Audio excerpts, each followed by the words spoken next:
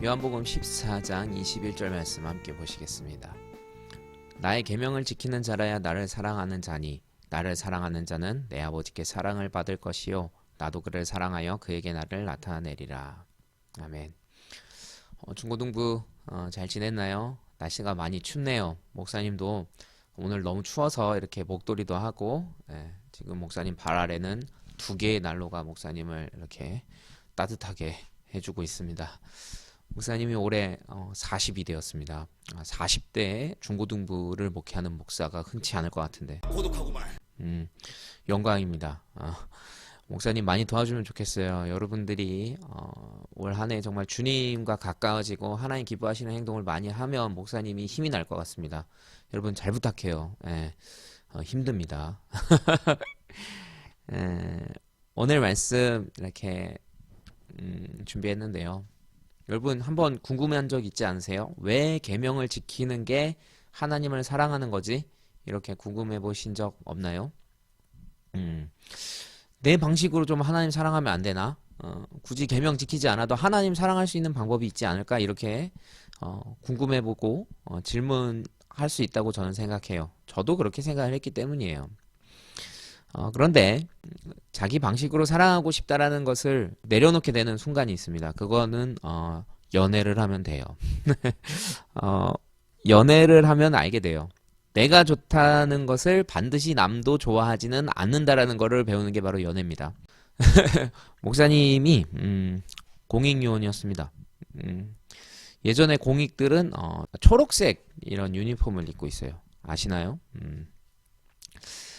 그런데 목사님이 공익 요원일 때 소희 사모님을 만나서 이렇게 연애를 했었는데요.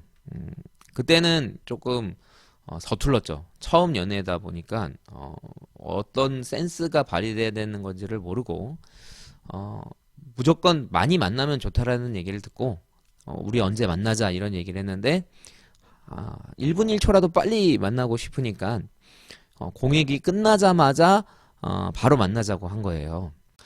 그래서 이 옷을 갈아입을 시간도 없이 공익복을 입고 데이트를 합니다.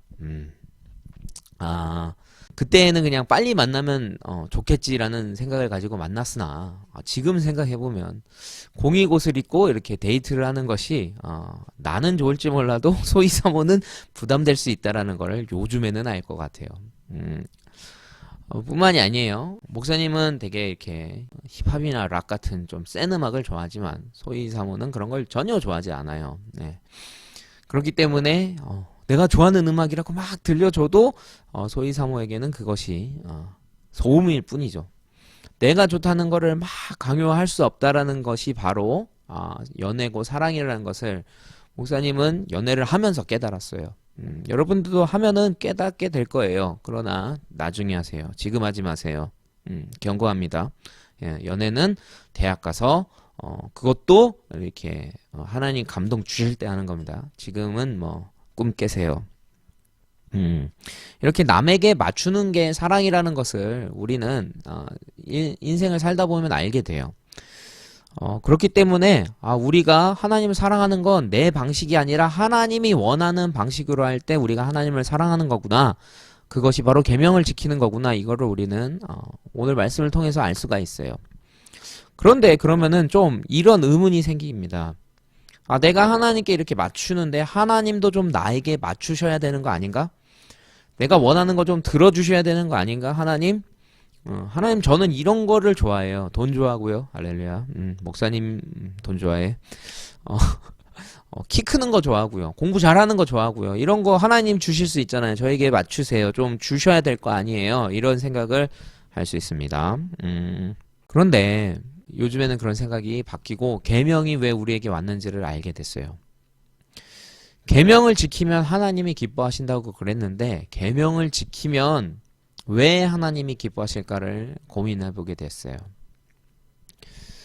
계명을 우리가 아무리 잘 지켜도 그 유익이 하나님에게 있을까 하는 그런 질문에서 시작해 봤어요. 하나님의 계명, 10계명을 가만히 보면 부모님을 공경하는 거고요. 살인하지 말고, 간음하지 말고, 도둑질하지 말고, 거짓말하지 말고, 탐심을 갖지 않는 게 하나님이 우리에게 명하신 거예요. 명령하신 거예요. 그런데 가만히 생각해 봤어요.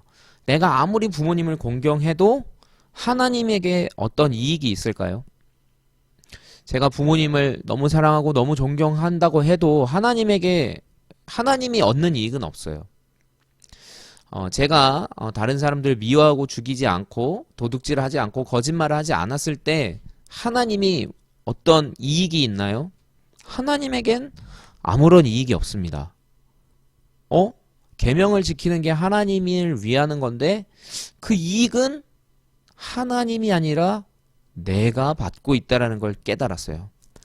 목사님이 부모님을 공경해요. 정말 공경해요. 그런데 더 공경하면 공경할수록 목사님이 이익이 있어요. 부모님이 권세가 많으시기 때문에 목사님을 많이 도와주세요. 그리고 부모님을 사랑하고 아낄수록 정말로 더 좋은 사람이 되는 걸 느껴요. 염치와 도리가 뭔지를 깨닫게 되는 그런 그런 사람으로 되는 것을 느껴요. 가만히 생각해 보니까 부모님을 공경하면 공경할수록 목사님은 더 행복해지고 목사님은 더 많은 이익이 있더라고요. 다른 계명들도 마찬가지였어요. 사람을 더 사랑할수록 그 사람의 그 마음을 이해하게 되고 다른 사람을 더 돌볼수록 다른 사람들과의 관계가 좋아지고 욕심 부리지 않고 다른 사람들의 가진 것들을 탐내지 않을 때 제 마음이 편안해지고 가만히 생각해 보니까 하나님이 받는 이익은 하나도 없더라고요. 전부 다 계명을 지켰을 때 그 모든 이익은 저에게 돌아왔어요. 계명을 지키려라라는 것을 가만히 생각해 보니까 하나님이 우리를 더 좋게 만드는 것들이었어요. 가만히 생각해 보니까 하나님이 전부 우리에게 맞춰주고 계셨던 거였어요. 예수님은 우리를 너무 사랑하시기 때문에 우리가 잘 되기를 원하세요. 행복하기를 원하세요. 그래서 우리에게 주신 비결이 바로 율법이었어요.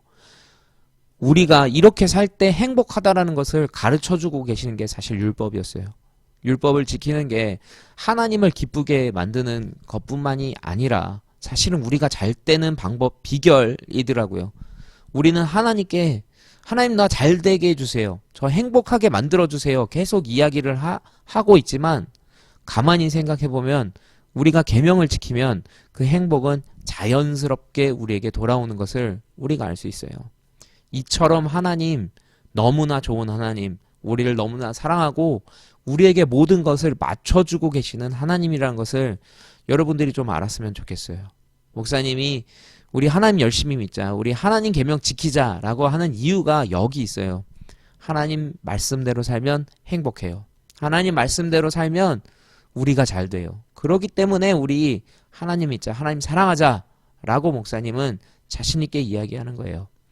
이처럼 우리가 계명을 가만히 생각해 볼 때 사실 그 계명을 지키는 건 하나님의 이익이 아닌 우리의 이익이었다는 것, 이걸 깨달으면 하나님은 정말 사랑이시구나 라는 것을 깨닫게 됩니다. 나의 계명을 지키는 자, 어떻게 보면 정말 행복해지는 자들이라는 표현이라고 저는 바꿀 수 있다고 생각해요. 그런 사람들이 나를 사랑하는 자다. 이건 정말 어떻게 보면 나에게 모든 것을 맞춰주고 계시는, 우리 사람들에게 모든 것을 맞추고 계시는 하나님의 사랑의 어떻게 보면 반증이에요. 계명이 우리를 힘들게 만들 수도 있고 갑갑하게 만들 수도 있어요.